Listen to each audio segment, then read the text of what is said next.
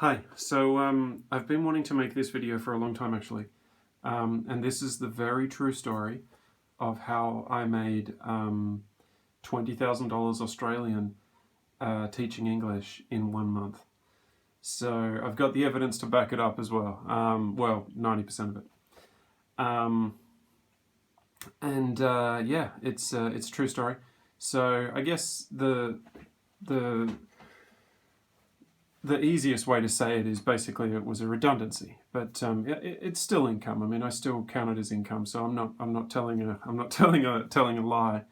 I want this channel and I want all of my videos to be, in the very least, truthful, even if the editing. I mean, there's pretty much no editing at this point, but I want there to be in the future, and it's fun. You know, I'm learning a little bit every time I publish a video.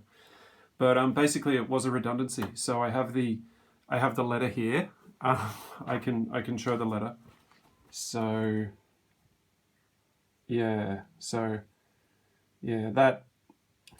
that letter is basically a redundancy letter, and it says 88,000, but my last pay packet was 105,000.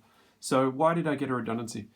Basically, one of the really good things about working in China is that if you work for a legitimate school, or you work for like a school that's like running legally, or any company, any business that's running legally, and not all of them are, but I was lucky that I was working for one that was.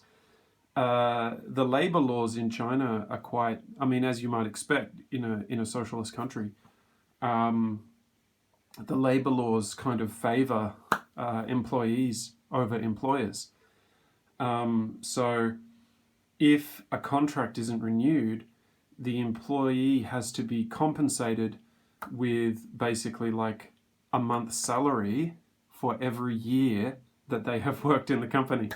So I had worked at the company for 5 years when I got that redundancy, and there are ways that employers can get around it. So, for example, if you breach your contract in a substantial way, if you did something that was very serious, like you did a criminal act or whatever is in the contract, that could allow them just to dismiss you without giving you compensation.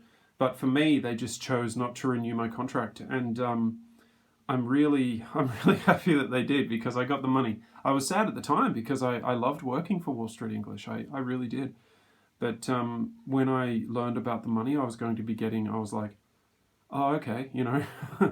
And I was able to get another job, and now I work at a university, so I'm very lucky I got that university job shortly after. But yeah, basically the employee is kind of protected by these laws, and that amount wasn't exactly 5 times my monthly salary. It was actually a bit less, but apparently, according to the human resources person, it was the maximum they were able to pay. According to the Tianjin laws, you know, it was the maximum they were allowed to pay.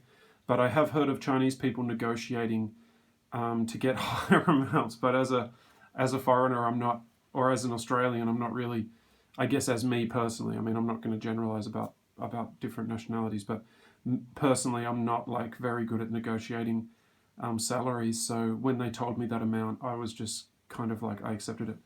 Now, they did try to sort of, I wouldn't say trick me, but basically at one point I was asked to sign a document that would have meant that I didn't receive any compensation. So I was savvy enough to not sign that. But yeah, in the case of a redundancy, you can make, sometimes you can make that much money. And I remember, because I was changing jobs, I had a little bit of time off, and I was obviously like a bit concerned that I wouldn't actually get given the amount of money that I had been promised. Like I'd messaged them again and again and again, and I was kind of in this, I was in the process of preparing documents like to go to court, because I had the letter and I had evidence that they had promised to pay me this amount. So anyway, I decided to go for a bike ride into Hebei province, and I was riding my bicycle in Hebei province. I sent my wife a message. it was on the day, it was the afternoon of the day that I was supposed to be paid the amount. And I sent her a message and I said, can you check if I've been paid? And she was sort of like, oh, okay, I'll do it. I'll go down there and do it. And she sent me a photo of the amount in my pay, which was 105,000 RMB. So that was the 88,000 plus, I guess, half a pay from my last pay. And also I did some overtime in the last month that I worked. So it was, I mean, I don't know, the exchange rates go up and down. I mean, I always just think of like 100,000 renminbi is about 20,000 Australian dollars, but sometimes it's 22 and sometimes it's less than that. But yeah, that was a pretty amazing experience.